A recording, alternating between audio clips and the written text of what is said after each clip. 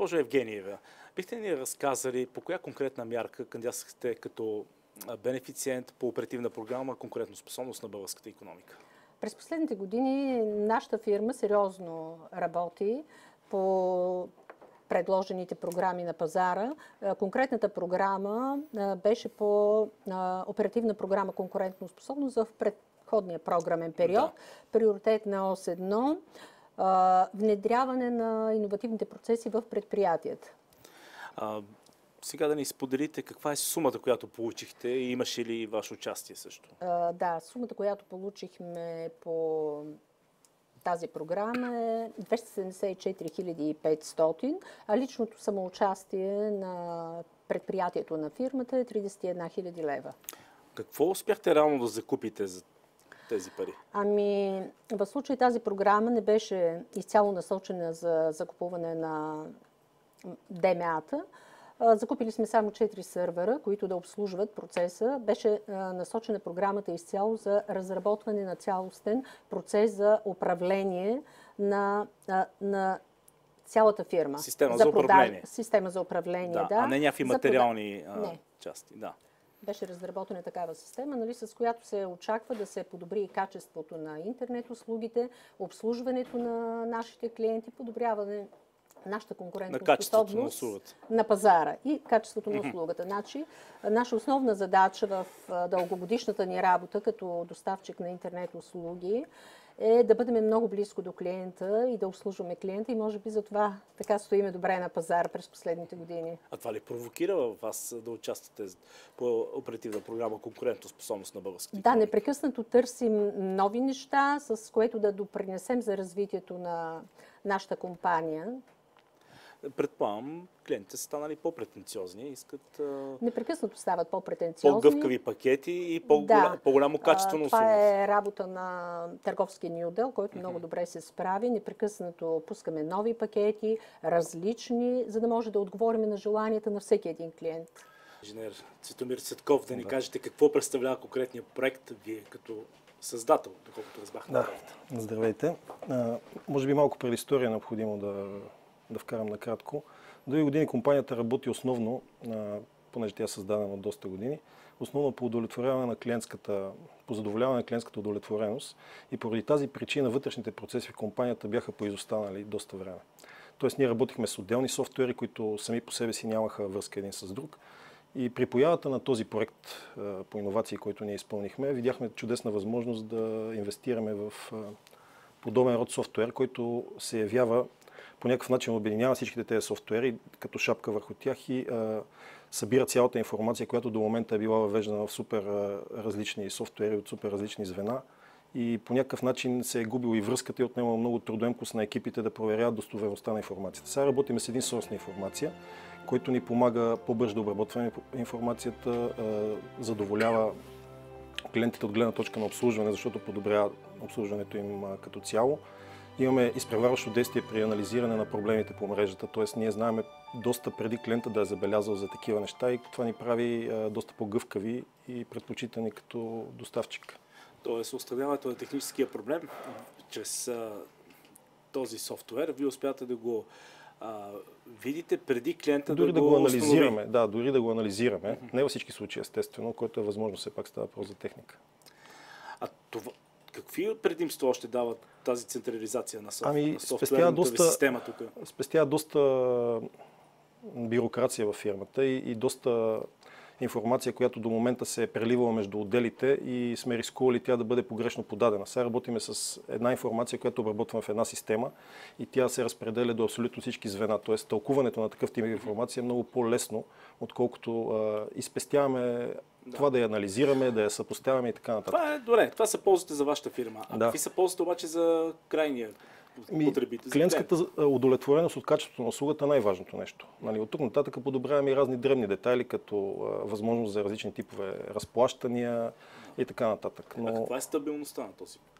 На софтуера? Да, този софтуер. Гарантира се с това, че ние бекъпваме го доста често. Има две машини, които го обслужват, т.е. при отпадане на едната, другата автоматично поема функциите. Питам и като един лайк. Когато софтуерите са били отделно, обаче, при една техническа повреда, примерно, или някаква друга повреда. Проблема, когато се отделна по-скоро в това, че те сами по себе си събират информация, която няма връзка с останалите софтуери. Т.е. необходимо е в един софтуер се въвежда една информация, в другия друга и те самите не си говорят помежду си. Тоест, възможността за грешка след това при интерпретиране на информация от различните софтуери е много голяма и става на ръка. В по-често в екселски таблици. В случая това нещо става автоматично, те си говорят вече всичките тези системи и са интегрирани в една обща шапка. Добре, тази гъвкавост в крайна сметка се отразява в качеството на продукта, който предлагат. Най-вече и подобрява работата в самата фирма. Да. Също така хората работят, процесите са по-организирани и това прави по-ясно изпълними и проследими. Проследимост е думата, която също е много важна да се използва. Има ли опция за надграждане? Естествено, смисъл. Винаги има. От сега започваме да мислиме по неща, които бихме подобрили в него и бихме вкарали някакви допълнителни модули. Как успяхте да преборите конкуренцията сега? Или вече нямате проблем с нея, спечелвайки този проект? Отдавна сме на пазара и не само с този проект, с няколкото проекта до сега, които сме спечелили. С нашата компания сме се справили прекрасно и така не се страхуваме дори от големите мобилни оператори, които са на нашия пазар. Нали, преди малко пак казах, че така се смятаме за един доставчик, който достави 80% от тези услуги на северо-западния регион. Добре, тогава така ще поставя въпроса. Какви са ползите тогава за вас? И между другото, ако нямаше тази оперативна програма, щяхте ли да се справите сами, за да реализирате вашия проект? Сигурно щяхме да се справиме, но по-трудно. Бихме се справили сами, говоря в финансово отношение, иначе капацитета, ресурса от кадри, ние имаме само млади хора работят в тази компания, амбицирани да постигнат много, грижат се изцяло за качественото обслужване на компанията, и техниците, и търговския отдел, и сапорта. Тоест, ако трябва да обобщите ползите за вас, какви биха могли? Ползите са, че по някакъв нов начин започнахме да работим, което усещат и клиентите, което усещат и нашите служители, което допринася и за самочувствието на нашите служители, работната среда и за заплащането се отразява. Комплексно е усещането и ползата от реализацията на този проект. Модернизация и иновация. Иновация, да. Госпожо Евгениева, покрай проекта обаче успяхте ли да отворите работни места? И вие знаете, и всички, които пишат проекти, знаят, че при разписването на един проект е много важно да заложиме, нали, за да допринесем и да намалиме безработицата в нашия регион. Но с този проект специално е по-малък. Сме открили 2 нови работни места. Едното е технически сътрудник, едното е оператор въвеждане на данни. Какво бихте посъветвали тези обаче, които се колебаят да кандидатстват? Може би първо да отговорите тогава на въпроса, срещнахте ли някакви трудности и там те ще получите някакъв отговор. Трудности големи не сме срещнали. Ние имаме вече опит в работата с европейските програми.